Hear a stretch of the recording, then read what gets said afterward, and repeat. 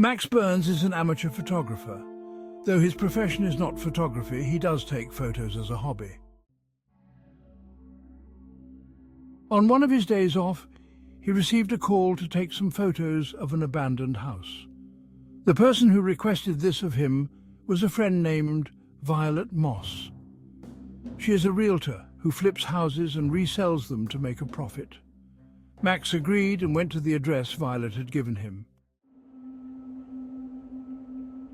Upon arrival, the house came into view. He had never seen something so unique. It was a cliff-anchored house. This type of home is only seen sometimes due to the frequent landslides in the area. Pulling into a makeshift parking space, he parked his car, grabbed his gear and walked up to the door. A note was left on the door telling Max where the key was. At the bottom of the note, Violet apologized for not being there since she had to draw up the final paperwork. Retrieving the key from under a flower pot, he went inside. Shutting the door behind him, he flipped the light switch for the lights that slowly blinked to life. Setting up his gear, he began to go through each room, taking photos.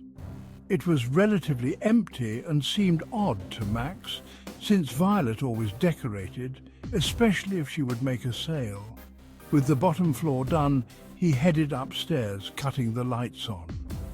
Stepping into the doorway of one of the bedrooms, he snapped a photo and his camera began beeping at him. Confused, he looked at the screen flashing with the low battery symbol. He sighed, took out another battery pack and replaced it. The camera was fully charged, so why did it suddenly become drained?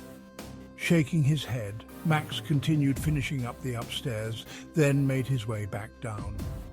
Walking to the kitchen counter, he opened his laptop and inserted the memory card from his camera to review and edit the photos he had taken. Looking through the images, he came across the one he had taken of the first upstairs bedroom.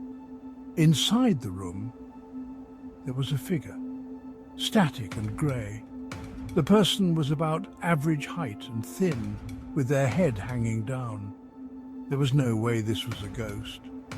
Max didn't believe in the supernatural and blamed the camera for malfunctioning due to the drained battery, so he would retake the photo.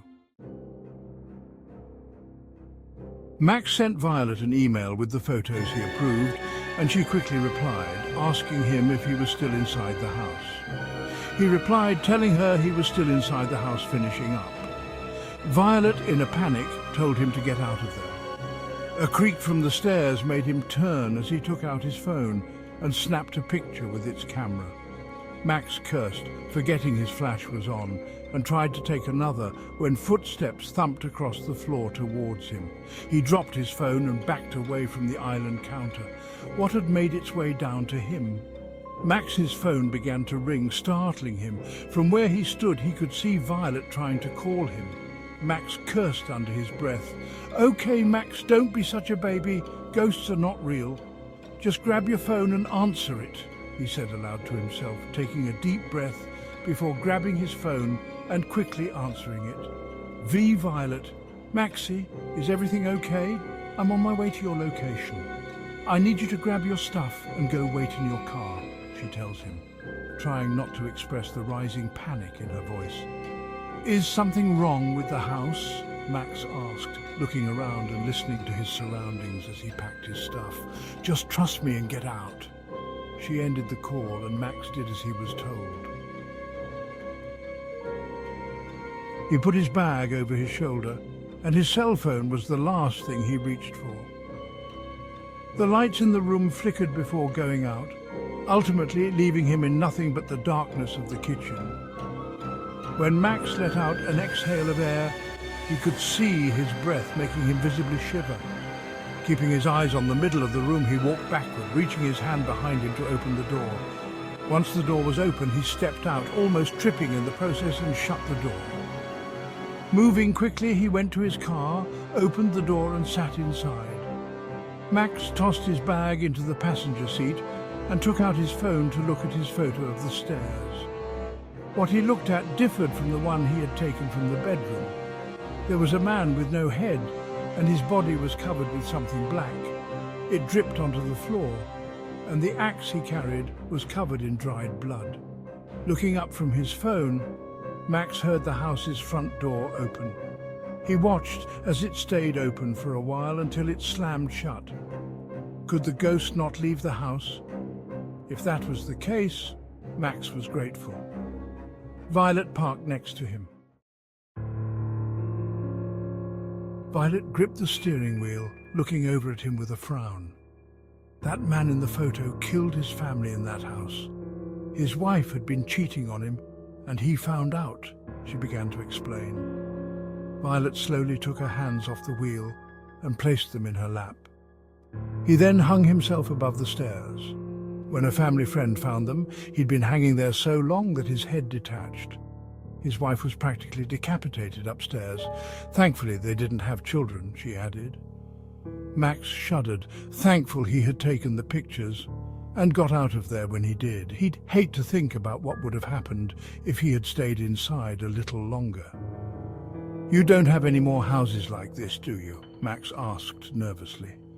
Violet shook her head.